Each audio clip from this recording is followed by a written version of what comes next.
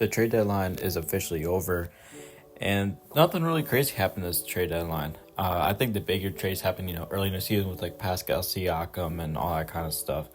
But yeah, when it came down to the final minutes, nothing crazy happened. But I'll kind of go over some trades.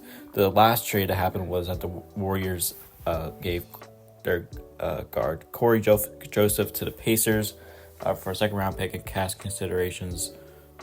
Don't know how that makes the Warriors better, but that was one thing I was very confused about, because the Warriors really didn't do anything. Neither did the Lakers. There's probably a couple teams I can't remember off the top of my head. The Sixers made some moves, but nothing to really make them better, I would say. With Embiid potentially being out for a long period of time, which I feel like is kind of fine, because I feel like they shouldn't have gone for someone just to fill in for a couple weeks while they're trying to get Joel Embiid back.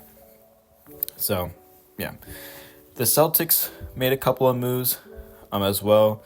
They got Jaden Springer from the 76ers in return for a second round pick, and they also just got a second round pick from the Blazers in return for Delano Banton. So I think Banton's going back to the Blazers, because I think he used to play for them. Could be wrong. The Bucks traded Robin Lopez, which is unfortunate for Brook Lopez.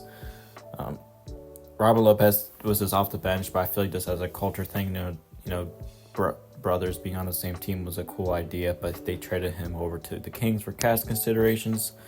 The Pacers were really active this whole trading thing. They're a completely new team. The Pacers got Doug McDermott from the Spurs in return of Marcus Morris, so I think that helps them out even more shooting wise. And the 2029 second round pick is going to the Spurs, so the Spurs get a veteran presence. I think that's cool. The Pistons, they I don't know what they were doing. I guess they couldn't find a spot for Killian Hayes, so they straight up just let him walk, which is really unfortunate for Killian Hayes. I believe he was a top lottery pick, and yeah, it's just unfortunate that he hasn't been able to sprout to be a good NBA player. I still hope he can find a team and someone can take a chance on him and he can figure stuff out. It seems like Patrick Beverley is getting traded at every moment he can. He's now on the Bucks as well.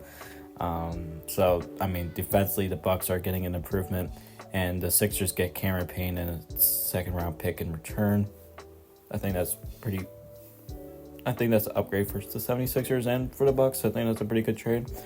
The Suns get Royce O'Neal from the Nets and David Roddy from the Grizzlies, which gives them good depth and stuff. So that's a good win for the Suns. The Grizzlies are just trying to stay alive. Future pick swapping Yuta Watanabe from the Suns. Utah had a good stretch last season where he was a good shooter. I haven't really been following to see how he's been doing this year, but could maybe be good. And the Nets, I don't know what they're doing. They seriously just got 3 future second round picks, so I guess they just want more draft compensation, which is whatever. The Mavs also went out and made a couple big moves. They got PJ Washington in return for Grant Williams and Seth Curry. And the 2027 first round pick, so that's a good upgrade for the Mavs, and I think the Hornets can get some value out of Grant Williams and Seth Curry. Not big changing moves, but the Mavs needed a big man, and they also got Gafford too from the Wizards, and I'll get to that in a little bit. The Pistons also bought out Harris, Joe Harris, whatever. The Nets also trade Dinwiddie to the Raptors. In return, the Nets got Dennis Schroeder and Thaddeus Young. I don't really know how that changes much anything for the Nets. I don't know what the Nets are trying to do. But I think for the Raptors, it's kind of a cool piece. But again, the Raptors also just trying to rebuild, so it doesn't really doesn't move the needle at all really for either team. The Knicks, though. The Knicks were getting really active. And the Pistons got really active too on this trade. It's definitely probably the biggest, if not one of the biggest trades of the trade deadline. The Knicks get Alec Burks and Bojan Bogdanovic. So a veteran guard and a good shooting wing. In return for the Pistons get Evan Fournier, which got no playing time with the Knicks, Malachi Flynn, Quentin Grimes, and Ryan, I cannot pronounce his name, R.C. Diacono. I probably butchered that. I apologize, but yeah. So the Pistons got a lot of new guys. I think Quentin Grimes was trying to get traded, so I think this is good new place for him. Evan Fournier wasn't getting any time, so he can be a new veteran presence. And the Pistons got a lot of new players, and I kind of root for the Pistons. I hope they can figure something out, and I hope this can move something for them, and they can do something good from this. Nothing, it's obviously not a big move, but that's more depth and stuff is good. It's got a little bit older, and the Daniel Gafford trade was that the Mavs got Daniel Gafford for Rashawn Holmes in a 2024 first round pick. So I think it's good that the Wizards got a first round pick, another first round pick for next year, and Daniel Gafford is going to be a good big man for the Mavs. He was just playing against the Cavs yesterday. He had like 4 or 5 blocks or something. He's going to give them some defensive presence, and I think that's going to be good.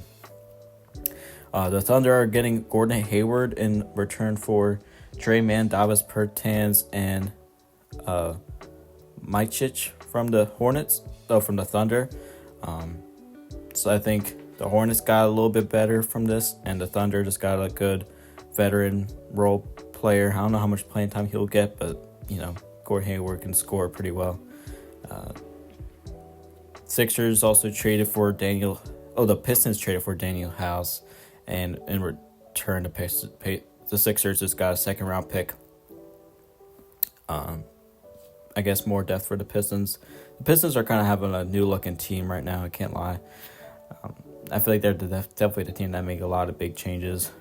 The Raptors trade for Kelly Olynyk, which I feel like he was given good minutes for the Jazz. And the Jazz have been on a good tear since December. They're like 17-4 or something like that. They've been playing very well lately.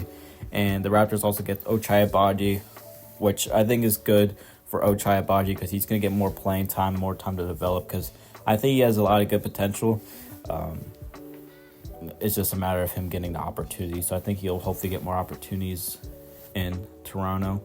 And then the Jazz got Otto Porter Jr. and Kira Lewis Jr. in the 2024 first-round pick. So I think the highlight of that is probably just the first-round pick mostly.